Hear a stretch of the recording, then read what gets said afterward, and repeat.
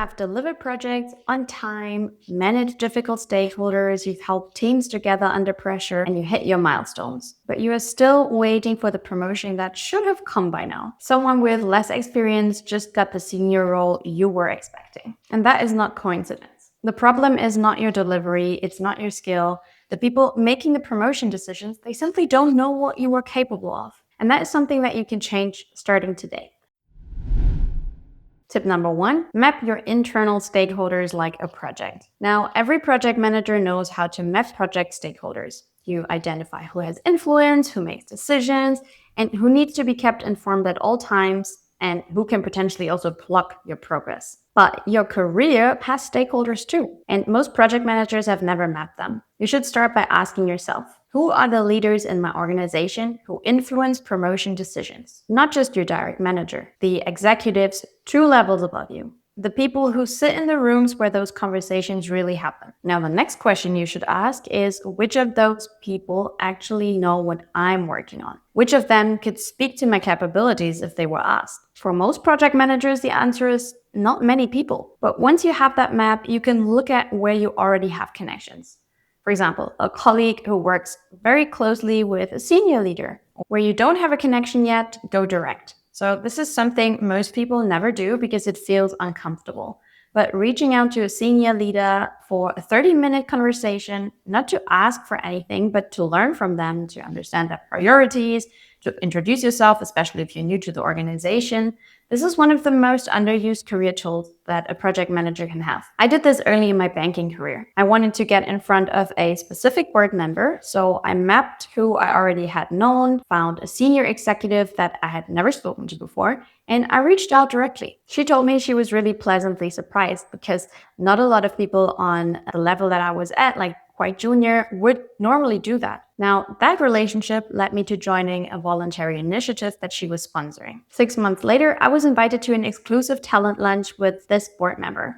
And shortly after this, I was handed to lead a €3 million project. Tip number 2, get in the room through voluntary initiatives. Once you know who the decision makers are, you should look for ways to work alongside them. Most organizations have voluntary initiatives like working groups, task force, or cross-functional programs that sit outside of the formal structure. For example, sustainability committees, innovation sprints, or even a graduate mentoring program. And these are almost always sponsored by senior leaders. And they're almost always undersubscribed because most people are too focused, obviously, on their daily job and putting out fires here and there to even raise their hand for any kind of voluntary side initiative. Now, raising your hand costs you a few hours a month.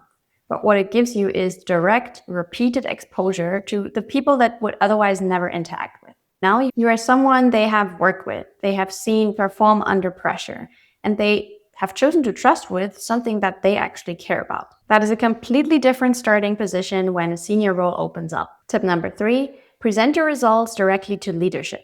This one is simple, but most project managers never do it. When a project wraps up or hits a significant milestone, most project managers hand the results to the line manager and move on to the next thing. The line manager then presents it upwards, and the credit travels with the message, not the person who actually did the work. So start asking for the opportunity to present directly, even if you're still rather junior. It does not need to be a big moment. A 5-minute slot in a leadership team meeting or a short summary sent directly to the relevant senior stakeholder. Now, this does 2 things. It puts your name and your face in front of the people who matter, and it signals something about who you are as a project manager.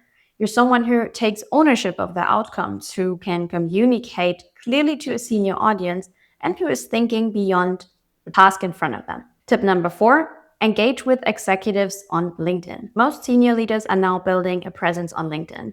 They're posting about strategy, leadership, about what they are working on. And the comment section on those posts is almost always full of generic responses that say nothing. A thoughtful, specific comment on an executive's LinkedIn post puts your name in front of them in a context that is completely separate from your day-to-day role. And it shows that you are engaged with ideas beyond your immediate project.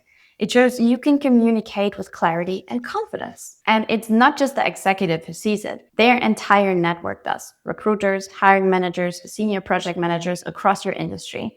they are all reading those posts too. This applies whether the executive is inside your organization or not. If there is a leader in your field whose thinking you actually honestly respect, engaging with their content consistently is a very low effort way to stay on their radar over time. The keyword is thoughtful. A generic comment does nothing, but a comment that adds a perspective, that shares a relevant experience, a personal experience, or even asks a smart question, that is what makes someone click on your profile. Now keep this in mind though, visibility is not built in one conversation. It compounds over time, across relationships, across rooms you were intentional enough to get yourself into. The project managers who get promoted are not always the ones who delivered the most, but usually they're the ones who made sure that the right people knew what they were capable of. Map your stakeholders, raise your hand, present your results, and show up where the decision makers are. That's not self-promotion, that is career management, and it's a skill you can start building today. If you want to work on this together, mapping your visibility strategy, positioning yourself for the next step, I offer free 30-minute calls where we look at your specific situation. The link is in the description below. If this video was useful at all, you can leave a comment, like, and subscribe to my channel where I post more content like this every week. Thank you so much for watching, and I'll see you in the next video.